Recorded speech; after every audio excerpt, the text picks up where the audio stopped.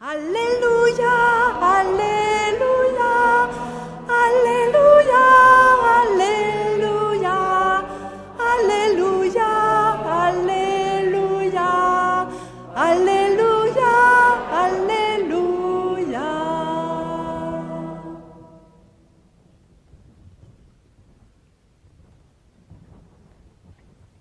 L'homme ne vit pas seulement de pain, mais de toute parole qui sort de la bouche de Dieu.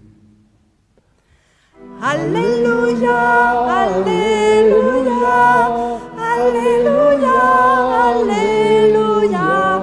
Alléluia, Alléluia, Alléluia, Alléluia, Alléluia. Le Seigneur soit avec vous. Évangile de Jésus-Christ selon saint Jean.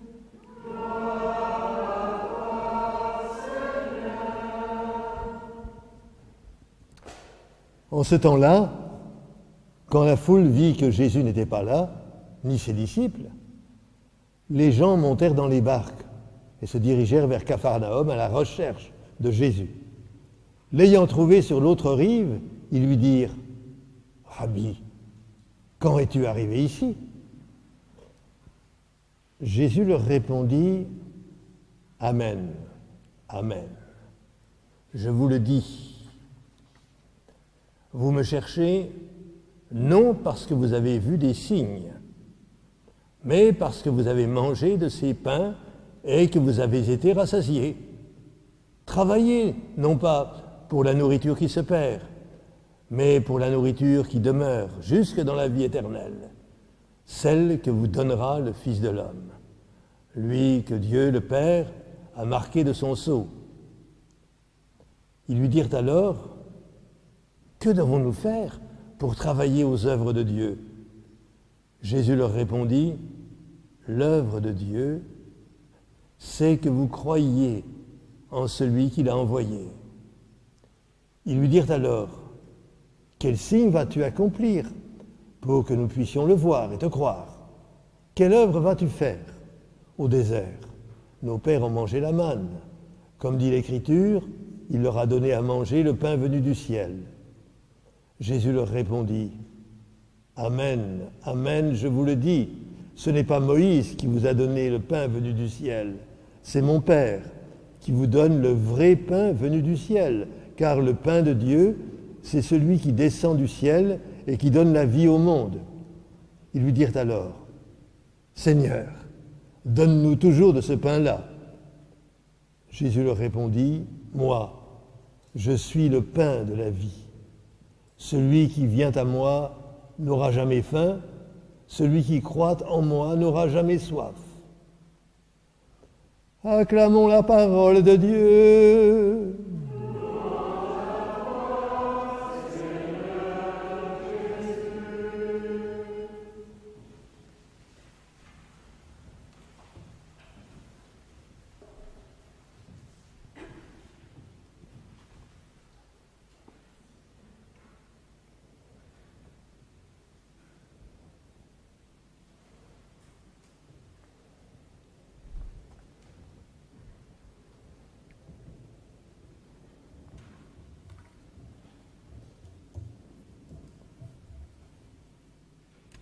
Ah, ça n'a pas été sans mal, mais ouf, enfin, on l'a retrouvé.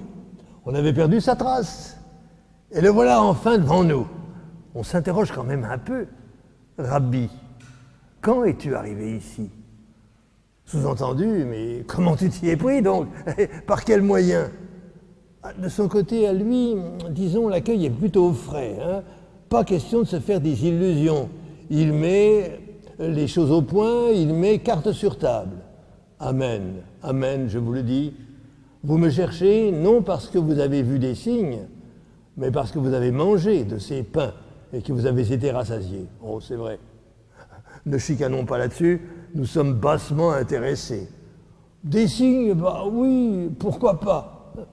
Mais ça ne nourrit quand même pas son homme. Et puis des signes, hein, bah, il faut les comprendre, il faut les déchiffrer, il faut les interpréter. Oh, que de tracasseries pour bien souvent un résultat bien souvent incertain. Mais lui insiste, et d'ajouter, travaillez non pas pour la nourriture qui se perd, mais pour la nourriture qui demeure jusque dans la vie éternelle, celle que vous donnera le Fils de l'homme, lui que Dieu, le Père, a marqué de son empreinte, de son sceau. Travailler, ça nous plaît. Ah oui, parce qu'on est dans de bonnes dispositions. Pour produire, on sera toujours là. Et puis, on y est habitué avec la Torah, avec la loi, qui encadre nos existences à tous et à chacun. Toutes ces prescriptions, toutes ces recommandations, nous avons l'habitude de les exécuter. C'est ça qui nous fait tenir, au fond. Et disons quasiment que c'est carrément notre identité, au fond. Ils lui dirent alors, que devons-nous faire? Que devons-nous faire pour travailler aux œuvres de Dieu? Et alors là, retournement de situation. Jésus leur répondit, l'œuvre de Dieu, c'est que vous croyiez en celui qui l'a envoyé. On aurait pu se dire, l'œuvre de Dieu, l'ouvrage que nous avons à faire pour Dieu, une exclusivité, qui lui rende gloire, ce serait donc de croire en son envoyé. Et là, nous avons parfaitement compris, c'est de lui-même que ce Jésus parle en ces termes à peine voilés. Mais non, en fait, plus profondément, c'est Dieu lui-même qui se met à la tâche. C'est lui qui est à l'ouvrage. Et pour quel résultat? Pour que nous croyions. Voilà qui bouscule un peu nos habitudes. On était à peu près certain que croire, ça dépendait de notre seul engagement, de notre détermination, évidemment soutenue par la communauté qui nous entourait, c'est vrai. Nous étions devant Dieu, il nous proposait son pacte, et nous acceptions, nous ratifions le contrat. On mène alors nos existences selon les chemins que toi tu nous traces, et toi en échange, tu nous donneras ce que tu nous as promis. Mais là, c'est beaucoup plus que la terre promise, oui. C'est la vie éternelle, celle que vous donnera le Fils de l'homme. Alors essayons d'en tirer un peu les conséquences. Oui, croire, c'est sérieux. Ce n'est pas digérer naïvement toutes les balivernes qui sont dans l'air du temps ou les calembredaines qui cavalent sur les réseaux sociaux. Non. C'est nouer une relation forte avec l'envoyé. C'est incruster ma vie dans la sienne. C'est importer sa vie à lui dans la mienne. Et ça change et pour lui et pour moi. Je fais ainsi grandir son corps d'humanité et lui renouvelle ma vie profonde, ma vie intime. Cela je ne saurais y arriver tout seul, même avec la meilleure bonne volonté du monde. Certes, il faut que je m'investisse, il faut que je m'engage avec toutes mes forces, avec toute ma liberté. Et donc là, je demande à être reçu. Mais je ne serai entendu, je n'y arriverai que si Dieu, que si le Père s'engage lui-même et m'attire et me maintient dans ce désir d'être à Jésus et avec Jésus. Mais je crains que l'œuvre de Dieu, tous les uns et les autres, il les ramenait à eux-mêmes, à leurs possibilités, à leur générosité. Ils auraient pu en concevoir quelque inquiétude, comme chacun d'entre nous. Que nous faudra-t-il faire pour être vraiment à la hauteur, pour ne pas décevoir? De toute façon, pour eux, l'essentiel, c'est de rester les maîtres du jeu. Et c'est pour cela qu'ils réclament un signe. Ils lui dirent alors, « Quel signe vas-tu accomplir pour que nous puissions le voir et te croire? Quelle œuvre vas-tu faire? Au désert, nos pères ont mangé la manne. Comme dit l'Écriture, il leur a donné à manger le pain venu du ciel. » Un signe, je vous l'ai dit, il faut l'interpréter. Il faut produire la vérité qu'il contient. Et c'est donc eux qui vont vérifier. C'est eux qui vont produire cette vérité. Alors que peut-être, au lieu de s'arc-bouter et de réclamer un signe, d'ailleurs, Jésus le dira plus tard, et l'avertissement sera très clair, Le signe, c'est qu'il n'y a pas de signe. C'est que tout signe aura disparu. Et alors, dans ces conditions-là, reconnaissez, il vaut mieux lâcher prise, comme on dit, n'est-ce pas? Mais à ce moment-là, une telle perspective n'est-elle pas dangereuse? Ah oui, nous serions à deux doigts de sombrer dans la résignation. Bref, en un tour de main, nous serions passés, j'ai employé des mots savants là, nous serions passés de l'illusion du pélagianisme à l'impasse du quiétisme. Oui. C'est-à-dire là, ce sont deux dérives de l'expérience chrétienne contre lesquelles d'ailleurs le pape François nous aura mis en garde dans Evangelii Gaudium. Le pélagianisme, qu'est-ce à dire? C'est un sursaut d'optimisme inconsidéré. C'est de dire « Ne vous en faites pas, Seigneur, je retrousse les manches, on va voir ce qu'on va voir, pas besoin de vous au fond, j'y arriverai bien tout seul. » Voilà. Le quiétisme, c'est tout l'inverse. C'est la vie chrétienne en chaise longue. C'est de dire « Tenez, Seigneur, voilà les clés de l'appartement.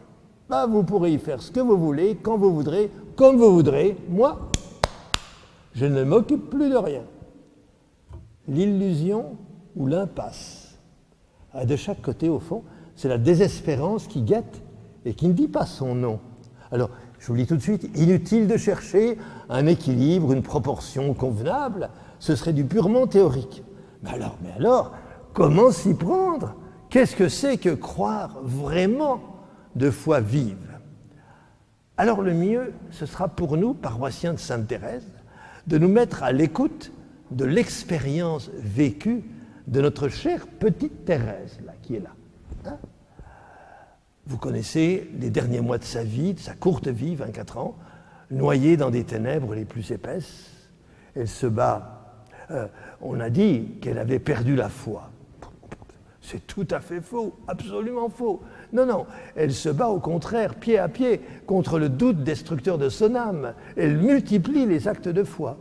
Elle est à la dernière extrémité, il faut le dire. Les douleurs de la tuberculose qui la ravagent sont incessantes, insurmontables, il n'y a pas de calmant qui puisse lui apporter quelque répit. Et dans son testament, qu'elle rédige à l'usage de sa prière, Mère Marie de Gonzague, elle écrit le 9 juin 1897. À lire les petites poésies que j'ai composées cette année, je dois vous sembler une âme remplie de consolation et pour laquelle le voile de la foi s'est presque déchiré. Et cependant, ce n'est plus un voile pour moi, c'est un mur qui s'élève jusqu'aux cieux et couvre le firmament étoilé. Lorsque je chante le bonheur du ciel, l'éternelle possession de Dieu, je n'en ressens aucune joie, car je chante simplement ce que je veux croire. Ce que je veux croire. Les mots sont soulignés. Et à les lire, on se dit, alors maman, ça y est, c'est le triomphe de l'illusion. On s'accroche, on s'arc-boute, on s'acharne à maintenir ce que l'on croit possible encore, alors qu'on sait très bien que le cours des choses est irréversible, qu'il est impossible de s'en détourner.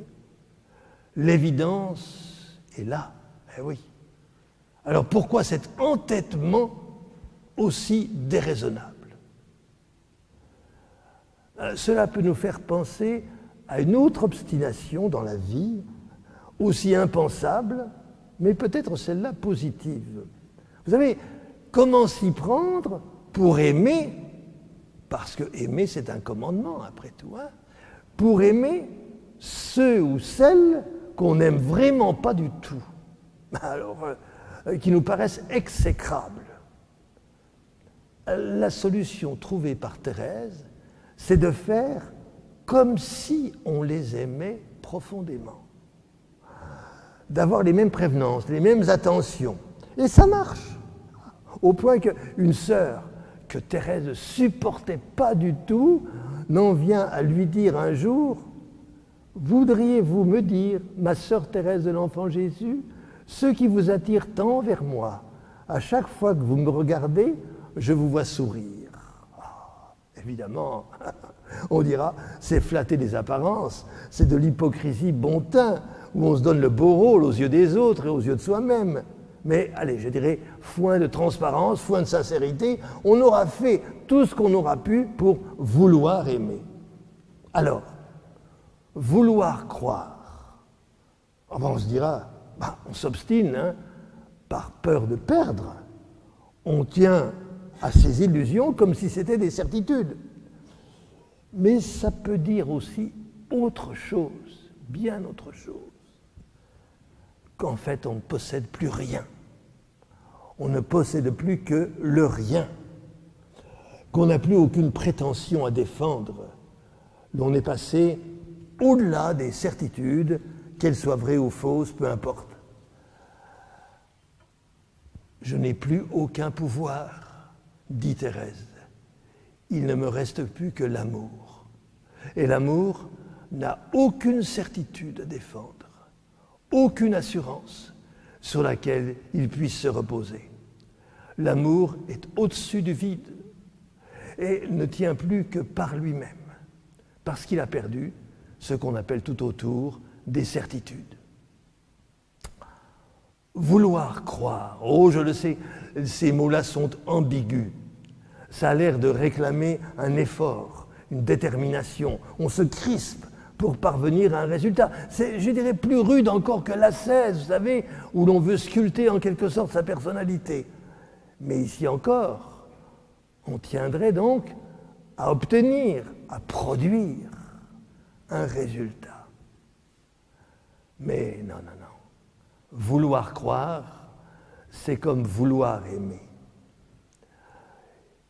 Il n'y a plus d'ambition qui tienne. C'est plutôt un appel, une demande, une prière, un désir. Aucune faiblesse là-dedans, au contraire. Un immense courage de vivre, et de vivre au-dessus de l'abîme, appuyé sans aucun appui, comme disait Saint Jean de la Croix. Il y a le froid constat des choses comme elles sont. Et là, relisons tout simplement Isaïe, chapitre 26. D'autres maîtres que toi ont dominé sur nous. Ceux-là sont morts. Ils sont morts. Ils ne revivront pas. Ce sont des ombres. Ils ne se relèveront pas. Voilà pourquoi tu interviens. Tu les extermines. Tu effaces jusqu'à leur mémoire. Alors là, deux réactions sont possibles. Ou bien on se rebelle, ou bien on se résigne. Mais par-delà rébellion ou résignation, il y a aussi un amour auquel on veut croire. Un amour humble, petit, mais qui est plus fort que la mort. Et là, relisons la suite du chapitre 26 d'Isaïe. Tes morts revivront, leurs cadavres se lèveront, ils se réveilleront, crieront de joie ceux qui demeurent dans la poussière, car ta rosée, Seigneur, est rosée de lumière, et le pays des ombres redonnera la vie.